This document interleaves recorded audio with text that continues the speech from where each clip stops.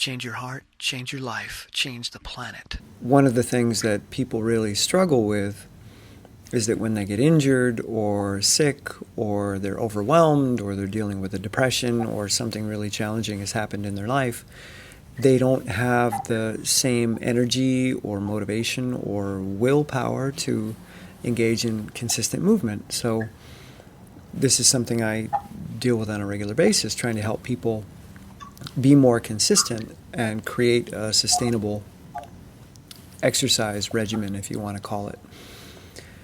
And the first step in doing that is to get people to let go of their need to have an exercise regimen that looks like what they're used to.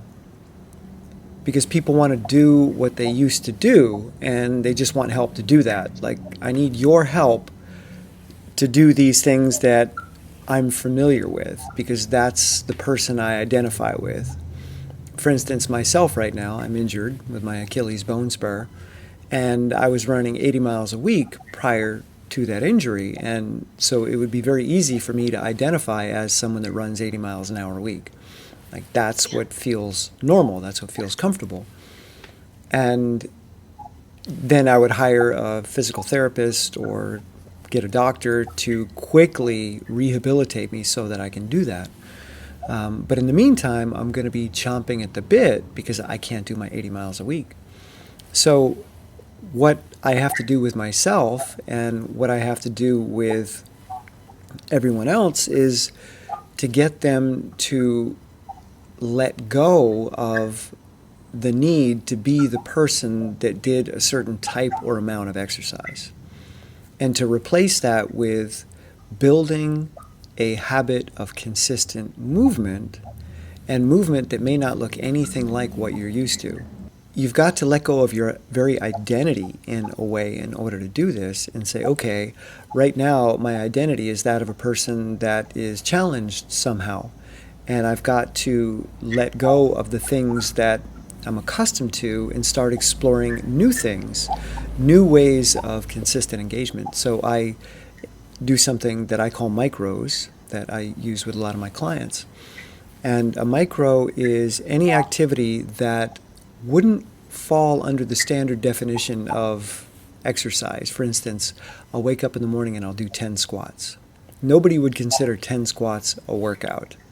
But for me, what it does is it starts the ball rolling, and it takes the weight off, because now I'm not thinking that somehow I'm going to have to get this movement in. I've already broken the ice. I've done 10 squats, and it actually feels pretty good and kind of wakes me up. And then throughout the day, at random times, I'll do 10 more squats. And it's not uncommon for me to have several hundred squats at the end of the day. Without ever trying to set up a plan of you have to do 300 squats today. No, I just did 10 here, 10 there, maybe 15 here, maybe 20 there, and I log it all in a note, and then at the end of the day I add it up. It's like, wow, I did 300 squats, which is significant. So you can do the same thing with any type of physical resistance and body weight, like push-ups or dips on a countertop, planks. Do 15 seconds of a plank. Don't try to do a minute. Do 15 seconds.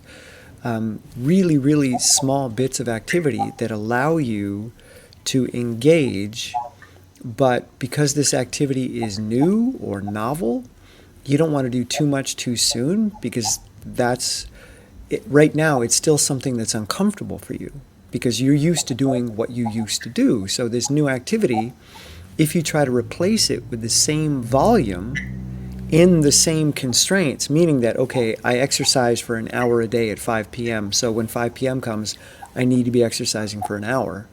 Well, because this movement is now new, or this activity is now new, it's going to be much, much harder to do it than it was to do your previous 1 hour of activity, because it was habitual. You didn't really have to think much. It was just something that your body went through the motions on. So by engaging in these little micro sessions, it's not even so much about how much they add up to at the end of the day. That's a nice bonus sometimes. But it's much more about consistent engagement.